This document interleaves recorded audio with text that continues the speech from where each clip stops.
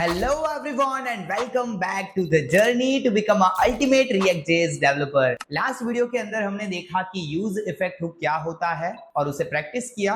आज के इस वीडियो के अंदर हम देखेंगे कि यूज रेफ हुक क्या होता है, यूज रेफ हुक से क्या होता है।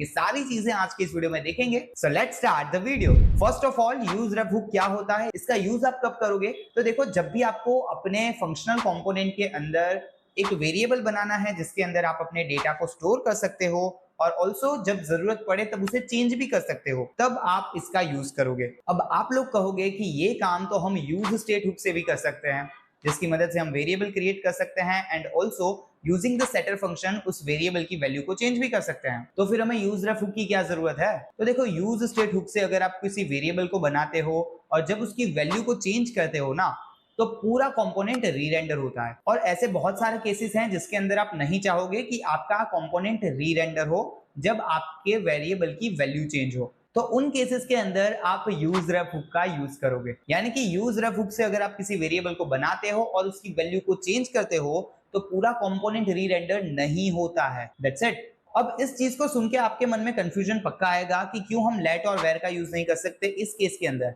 क्योंकि लेट और वेर से बनाए गए जो वेरिएबल्स होते हैं उनकी वैल्यू को चेंज किया जाए तब भी कंपोनेंट री-रेंडर नहीं होगा। तो फिर क्यों हम लेट और वेर को छोड़ के यूज रेफ की मदद से वेरिएबल क्रिएट करें जब हम चाहते हैं कि कंपोनेंट री-रेंडर ना करे जब भी मैं वैल्यू को चेंज करूं। इस चीज को थोड़ी देर में हम प्रैक्टिकली देखेंगे कि क्यों हमें लेट और वेर को छोड़ के यूज रेफ हुक का यूज करना है। And also use ref hook के और भी बहुत सारे काम है, जैसे कि आप यूज रेफ हुक की मदद से आपके डॉम में से किसी भी एलिमेंट को डायरेक्टली एक्सेस कर सकते हो। इसे भी प्रैक्टिकली समझते हैं। So let's go to the VS code और सारी चीजों को अच्छे से समझते हैं। सो यहाँ पे मैंने एक फ्रेश रिएक्ट प्रोजेक्ट बना लिया है एंड इसे रीसेट कर दिया है और यहाँ पर डेवलपमेंट सर्वर भी चल रहा है। सबसे पहले मैं क्या करता हूँ, एक काउंटर ऐप बना लेता हूँ क्विकली।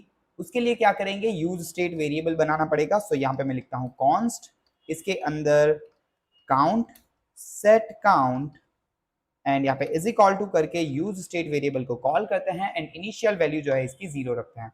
यहाँ पे मैं एक काम करता हूँ, एक बटन ही बना देता हूँ सीधा और इसी के अंदर लिखूंगा मैं काउंट इज और कर्ली ब्रैकेट्स के अंदर काउंट की जो वैल्यू है वो। अगर मैं वापस जाऊं तो यहाँ पे मुझे एक बटन दिख चुका है काउंट इज 0 करके।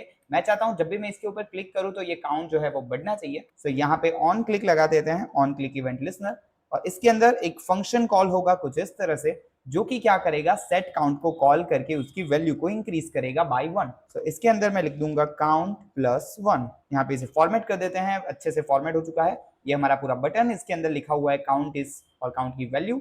और यहाँ पर अगर मैं इसे क्लिक करता हूं तो एक इवेंट लिसनर जो है वो कॉल हो जाएगा, जो कि क्या करेगा, सेट काउंट को कॉल करके इसकी वैल्यू को 1 से इंक्रीज कर देगा। That's it. इसे ट्राई करते हैं, रिफ्रेश करता हूं और काउंट इज 4 5 6 7 इस तरह से ये इंक्रीज भी हो रहा है। अब देखो, अभी हमने बात करी कि क्यों हम नॉर्मल वेरिएबल का यूज नहीं कर सकते डेटा को स्टोर करने के लिए जब हम चाहते हैं कि उसकी वैल्यू के चेंज होने पर कंपोनेंट री-रेंडर नहीं करना चाहिए। मान लो कि मैंने यहाँ पे एक सब्सक्राइबर्स करके एक वेरिएबल बनाया, let subscribers is equal to 0, अभी के लिए 0 रखता हूँ इसे, और मैं चाहता हूँ कि इसकी वैल्यू जो है ना, जब भी पूरा कंपोनेंट री-रेंडर करे ना तब इसकी वैल्यू बढ़नी चाहिए। तो उसके लिए क्या करेंगे, एक यूज इफेक्ट लगाता हूं मैं यहाँ पर। और यूज इफेक्ट के बारे में हमने लास्ट वीडियो में देखा था कि अगर यूज इफेक्ट को मैं सिर्फ और सिर्फ फंक्शन दूंगा तो ये तब तक चलेगा जब जब पूरा कंपोनेंट री-रेंडर होगा। तो यहाँ पे मैं इसके अंदर पहले तो console डॉट लॉग करवा के चेक कर लेता हूँ। यहाँ पे मैंने री-रेंडरिंग लिख दिया है, यानी कि जब जब ये पूरा कंपोनेंट री-रेंडर करेगा तो कंसोल में मुझे दिख भी जाएगा कि भाई कंपोनेंट री-रेंडर किया। अगर वापस जाऊं, कंसोल को ओपन करूं एंड रिफ्रेश करूं पूरी चीज को, देखो 2 बार रेंडर हो चुका है। तीसरी बार अगर मैं जब जब इस काउंट को बढ़ाऊंगा ना तब भी ये री-रेंडर होगा। ये देखो, ये री-रेंडर हो रहा है पीछे, ठीक है। यानी कि यूज स्टेट वेरिएबल की वैल्यू को अगर चेंज किया तो वो पूरा कंपोनेंट री-रेंडर करता है। अब अगर मैं चाहता हूं कि हर री-रेंडर पे ना ये जो सब्सक्राइबर की वैल्यू है वो इंक्रीज होनी चाहिए बाय 1, तो ये तो एक नॉर्मल वेरिएबल है, इसे तो हम सिंपली इस तरह से इंक्रीज कर सकते हैं, subscriber plus is equal to 1। यानी कि हर बार जब ये पूरा कंपोनेंट री-रेंडर करेगा तो सब्सक्राइबर्स की वैल्यू भी बढ़ जाएगी। अगर मैं वापस जाऊं, रिफ्रेश करूं और यहाँ पे री-रेंडर तो हो रहा है, मैं एक काम करता हूँ, यहाँ पे सब्सक्राइबर्स की वैल्यू जो है ना उसे भी मैं console डॉट लॉग करवाता हूँ तो मुझे पता चलेगा कि वो बढ़ी कि नहीं। अगर वापस जाऊं, रिफ्रेश करूं, देखो सब्सक्राइबर्स की वैल्यू 1 है, यहाँ पे 2 है। अगर इसे इंक्रीज करूंगा ना तो ये अभी तक देखो कितनी बार 10 और 11 और 12 बार ये पूरा कंपोनेंट री रेंडर हो चुका है, बट स्टिल जो सब्सक्राइबर की वैल्यू है वो एक ही रही है। तो ये क्यों हुआ? तो समझो जब भी पूरा कंपोनेंट री रेंडर करता है ना, तो ये पूरा का पूरा कोड फिर से रन होता है। यानी कि अगर एक बार कंपोनेंट री रेंडर हुआ तो ये सारा कोड फिर से चलेगा और फिर से जो सब्सक्राइबर की वैल्यू है वो 0 हो जाएगी, फिर से उसकी वैल्यू 1 से इंक्रीज होकर 1 हो जाएगी। That's it. उसके बाद अगर फिर से स्टेट का चेंज आया, कंपोनेंट री रेंडर किया, तो फिर से ये पूरा कोड चल जाएगा और सब्सक्राइबर्स की वैल्यू फिर से 0 हो जाएगी, फिर से यहाँ पे 1 हो जाएगी। यानी कि ये वैल्यू जो है कभी बढ़ने नहीं वाली है। दैट्स वाई अगर ऐसा केस है जिसके अंदर मैं नहीं चाहता कि वेरिएबल की वैल्यू चेंज होने पर पूरा कंपोनेंट री रेंडर करे, तब हमें यूज रेफ हुक का यूज करना चाहिए। तो अब मुझे क्या करना है, ये जो वेरिएबल, ये जो मैंने सब्सक्राइबर्स करके वेरिएबल बनाया है, इसे लेट और वेर की जगह पे मैं काम करता हूँ यूज रेफ हुक की मदद से बनाता हूँ। so, इसे यहाँ पे मैं मिटा दूंगा, लिखूंगा कॉन्स्ट और यहाँ पे मैं लिख देता हूँ subscribers is equal to use ref और इसके अंदर इनिशियल वैल्यू आ जाएगी 0। देखो मैंने थोड़ा स्पीड में कर दिया, अभी के लिए मैं सिर्फ दिखा रहा हूँ, बाद में इसे एक्सप्लेन करेंगे कि ये बैकग्राउंड में कैसे प्रोसेस कर रहा है, यूज रेफ हुक काम क्या करता है पीछे बैकग्राउंड के अंदर। एंड ऑल्सो अगर यूज रेफ हुक की वैल्यू को हमें चेंज करना है तो डायरेक्टली नहीं कर पाएंगे, उसके बाद हमें करंट कीवर्ड को यूज करना पड़ेगा, डॉट करंट। ऑल्सो जब हमें उसे प्रिंट करना है तब भी डॉट करंट लगाना पड़ेगा। तो ये मैंने सिंपली एक यूज रेफ हुक की मदद से एक वेरिएबल बना दिया सब्सक्राइबर्स, जिसकी इनिशियल वैल्यू 0 है। जब जब कंपोनेंट री रेंडर करेगा तब इसकी वैल्यू 1 से बढ़ जाएगी और मुझे कंसोल में प्रिंट भी होते हुए दिखेगी। वापस जाऊंगा, रिफ्रेश करता हूं। अब जब जब मैं बढ़ा रहा हूं, ये देखो सब्सक्राइबर्स 10 11 12 30 40 50 ये बढ़ रहा है। यानी कि जब कंपोनेंट री रेंडर करता है तो इसकी वैल्यू को अब कोई अफेक्ट नहीं कर रहा है। दैट्स वाई हमें यूज रेफ हुक को यूज करना चाहिए। अब देखो ये बैकग्राउंड में चल कैसे रहा है, रिएक्ट इसे समझ कैसे रहा है ना, इस चीज को समझते हैं। देखो जब भी आप subscribers is equal to use ref 0 ऐसा लिखते हो ना, इसे मैं फिर से बनाता हूँ। यहाँ पे सबसे पहले मुझे लिखना है कॉन्स्ट कीवर्ड, इसके बाद आ जाएगा अपना सब्सक्राइबर्स जो कि हम चाहते हैं कि बनाए वेरिएबल, उसके बाद आ जाएगा सब्सक्राइबर्स जो कि हमारे वेरिएबल का नाम होगा, इज इक्वल टू करके हमें यूज रेफ लिखना है केमल केस के अंदर। जैसे ही लिखूंगा यहाँ पे सजेशन मिल जाएगा, एंटर प्रेस करूंगा, ये ऑटोमेटिकली इंपोर्ट भी हो जाएगा और यहाँ पे पैरेंथेसिस लगा के इसके अंदर मुझे इनिशियल वैल्यू देनी है जो कि मैं चाहता हूं कि इसकी वैल्यू डिफॉल्ट रहे। सो वो होगी अभी के लिए 0। तो अब ये मैं कुछ इस तरह से बना रहा हूं, तो ये बन कैसे रहा है ना बैकग्राउंड में, रिएक्ट क्या कर रहा है, const subscribers is equal to एक ऑब्जेक्ट बना रहा है जिसके अंदर करंट नाम की एक की है जिसकी वैल्यू 0 है। यानी कि जब आप इस वाली लाइन को लिखते हो तो रिएक्ट कुछ ऐसा करता है, वो क्या करता है, सब्सक्राइबर्स नाम का एक ऑब्जेक्ट बनाता है जिसके अंदर करंट नाम की एक की है और उसके अंदर वैल्यू एज अ वैल्यू 0 है। अब सिंपल सा फंडा है, अगर मुझे सब्सक्राइबर्स की वैल्यू को प्रिंट करवाना है जो कि 0 है, तो मुझे सब्सक्राइबर डॉट करंट लिखना पड़ेगा कुछ इस तरह से। एंड ऑल्सो इसकी वैल्यू को अगर इंक्रीज भी करना है तो सब्सक्राइबर डॉट करंट के साथ मुझे जो ऑपरेशन करना है वो मैं ऑपरेशन परफॉर्म करूंगा for the increasing the value. So that's why यहाँ पे डॉट करंट लिखा है क्योंकि मैं उसकी वैल्यू को एक्सेस कर पाऊं। That's it. यानी कि रिफ्रेश करूंगा, फिर से चलाऊंगा, ये अच्छे से चल रहा है। एक बात समझो, जब भी इस सब्सक्राइबर की वैल्यू चलेगी तो कंपोनेंट री रेंडर नहीं करेगा। अगर इस चीज को मैं यूज स्टेट से करता ना तो ये इनफाइनाइट लूप के अंदर चला जाता, इनफाइनाइट रेंडरिंग के लूप के अंदर चला जाता। अब देखो लास्ट वीडियो के अंदर हमने एक प्रॉब्लम को फेस किया था जिसके अंदर हमने देखा था जब हम चाहते हैं कि पूरा कंपोनेंट कितनी बार रेंडर कर रहा है उसे हम काउंट करना चाहते हैं, तो उस केस में जो पूरा कंपोनेंट है वो इनफाइनाइट रेंडरिंग के अंदर चला जाता है। अभी के लिए ये कोड हटा देता हूं, मैं इस यूज इफेक्ट को भी हटाता हूं, अभी के लिए सिर्फ काउंटर को रखा। और देखो मैं चाहता हूं कि मैं गिनना चाहता हूं कि ये जो कंपोनेंट है कितनी बार री रेंडर करता है। सो उसके लिए मैं एक कंपोनेंट बना देता हूं नंबर करके, जिसके अंदर हम स्टोर करेंगे कि ये कंपोनेंट कितनी बार री रेंडर कर रहा है। सो उस नंबर को हम यूज स्टेट वेरिएबल की मदद से बनाएंगे। सो यहाँ पे कॉन्स्ट, यहाँ पे लिखता हूं नंबर, उसके बाद आएगा set number is equal to use state, initial value इसकी 0।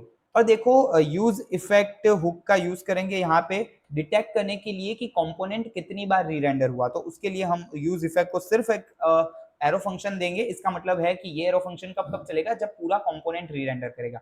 यानी कि पूरे कंपोनेंट में कहीं पे भी कुछ भी स्टेट का चेंज आएगा और कंपोनेंट री रेंडर करेगा।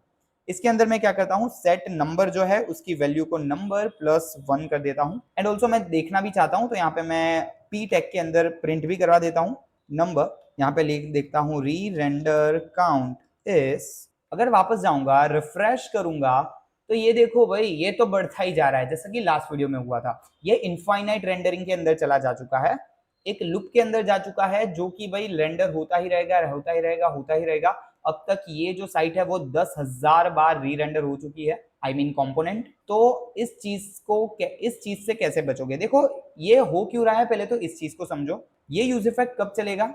जब पूरे कंपोनेंट पे कहीं पे भी स्टेट का चेंज आएगा और कंपोनेंट री रेंडर करेगा, और जैसे ही कंपोनेंट री रेंडर करेगा तो ये यूज इफेक्ट जो है वो चल जाएगा। और ये यूज इफेक्ट क्या कर रहा है? नंबर की वैल्यू को इंक्रीज कर रहा है, यानी कि इस वाले वेरिएबल की वैल्यू इंक्रीज होगी, जिससे फिर से स्टेट का चेंज आएगा और कंपोनेंट री रेंडर होगा, जिससे फिर से ये वाला कोड है वो चल जाएगा यूज इफेक्ट वाला। और वो क्या करेगा? फिर से नंबर की वैल्यू इंक्रीज करेगा, नंबर की वैल्यू इंक्रीज होगी, फिर से स्टेट का चेंज आएगा, फिर से ये चल जाएगा, फिर से नंबर की वैल्यू चेंज होगी, फिर से स्टेट का चेंज आएगा। यानी कि जब जब स्टेट का चेंज आके आएगा और पूरा कंपोनेंट री रेंडर करेगा, तब तब ये यूज इफेक्ट चलेगा, और जब जब ये यूज इफेक्ट चलेगा तब तब स्टेट का चेंज आएगा। यानी कि ये दोनों एक दूसरे के साथ कनेक्टेड हैं, और इसीलिए ये इनफाइनाइट लूप के अंदर जा चुके हैं। इसका मतलब यहाँ पे प्रॉब्लम क्या है? मैं नहीं चाहता कि इस नंबर की वैल्यू के चेंज होने पर स्टेट का चेंज आए, कंपोनेंट री रेंडर करे, मैं ये नहीं चाहता। सो इस वेरिएबल को मैं बनाऊंगा यूजिंग यूजरेफ हुक। इसे हटाता हूं, यहाँ पे लिखता हूं const number is equal to यूजरेफ, इसके अंदर इनिशियल वैल्यू आ जाएगी 0, और मुझे वैल्यू को अपडेट करना है, तो इसके लिए यहाँ पे चला जाऊंगा और यहाँ पे मैं लिखूंगा नंबर डॉट करंट, क्योंकि नंबर के अंदर एक ऑब्जेक्ट है जिसके अंदर करंट नाम की की है, उसके अंदर वैल्यू स्टोर है।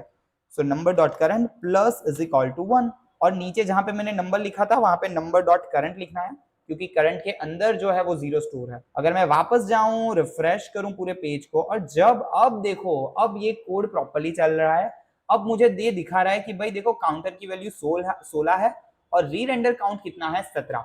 यानी कि 16 बार जो ये कंपोनेंट री रेंडर हुआ है वो इस काउंट की वजह से, और एक बार तो जब पहले होता है फर्स्ट रेंडर उसका, यानी कि टोटल अभी तक ये 17 बार री रेंडर हो चुका है पूरा कंपोनेंट। सो इस केस के अंदर हम यूजरेफ हुक का यूज कर सकते हैं जब हम नहीं चाहते कि उसकी वैल्यू के चेंज होने पर स्टेट का चेंज आए।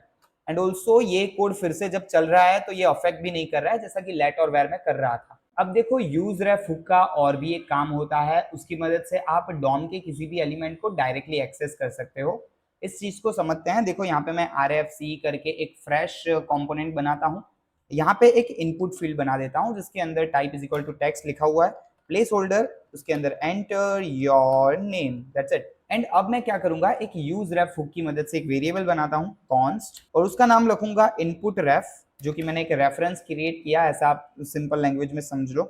यूज रेफ करके इसे मैं इंपोर्ट कर देता हूं, और इनिशियल वैल्यू जो है वो खाली रखते हैं नल। और क्या करूंगा, इसके अंदर मैं जाऊंगा और यहाँ पे ref is equal to ref input ref लिख दूंगा, जो कि हमने बनाया। यानी कि मैंने क्या किया, एक इनपुट फील्ड बनाई और उसको लिंक कर दिया इस वाले वेरिएबल से, जो कि यूज रेफ से बनाया गया है। अब देखो इस इनपुट रेफ की मदद से मैं डायरेक्टली इस इनपुट की जो वैल्यू होगी ना उसे एक्सेस कर सकता हूँ। कैसे करेंगे? तो देखो क्या करते हैं, सबसे पहले एक और यूज स्टेट वेरिएबल बना देते हैं जिसके अंदर नेम लिखा होगा, एंड ऑल्सो सेट नेम, उसका setup function is equal to use state, और इसकी इनिशियल वैल्यू जो भी खाली स्ट्रिंग होगी, एक नल स्ट्रिंग। एक बटन बनाता हूं, इस बटन का काम होगा कि वो इस इनपुट के अंदर जो भी नाम अभी के लिए लिखा हुआ है ना, इसको नेम के अंदर डाल दे, दैट्स इट। सो यहाँ पे ऑन क्लिक के ऊपर एक फंक्शन रन होगा जो क्या करेगा, सेट नेम को कॉल करेगा, और सेट नेम की वैल्यू को चेंज करके इनपुट रेफ के अंदर जो करंट वैल्यू है उसको डाल देगा।